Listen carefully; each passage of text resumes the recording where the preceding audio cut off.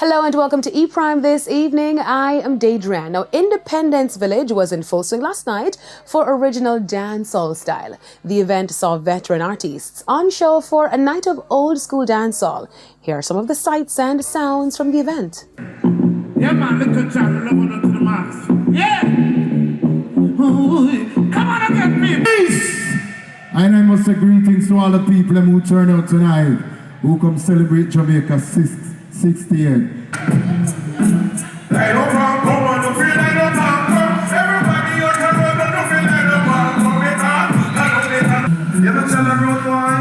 Much respect for Jashi and Skeng and all the new brethren, Vibes Cartel, Bavado, all of them. This is the foundation of it, and we want to present this to the people of our nation. And I want to just edify and educate our people. Culture Minister Olivia Grange updated E-Prime on the upcoming activities.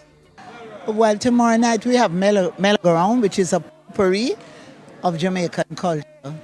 And the performers who participated in the Festival of Arts across the island, the medal winners, the gold, silver and bronze winners.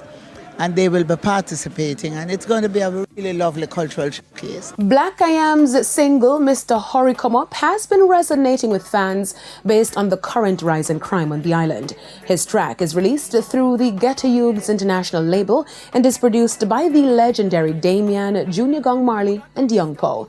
Mr. Hurry Come Up features a strong reggae feel accompanied by a stern message to those who want to get to their goal at any cost. According to a release, Black I Am's message sheds light on the fast-paced, social media superficial world we're all surrounded by and the impact it has on mankind. Now to news overseas, where Beyonce has redone her song after facing backlash from disability campaigners.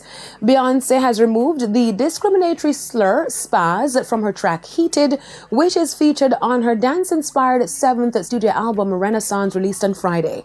Now, news broke yesterday that the slur will be changed to blasting. Over the weekend, fans took to social media to take issue with the use of the term in the song. Spaz is often used colloquially to describe going crazy. It is derived from the word spastic, which is considered demeaning to people with spastic cerebral palsy.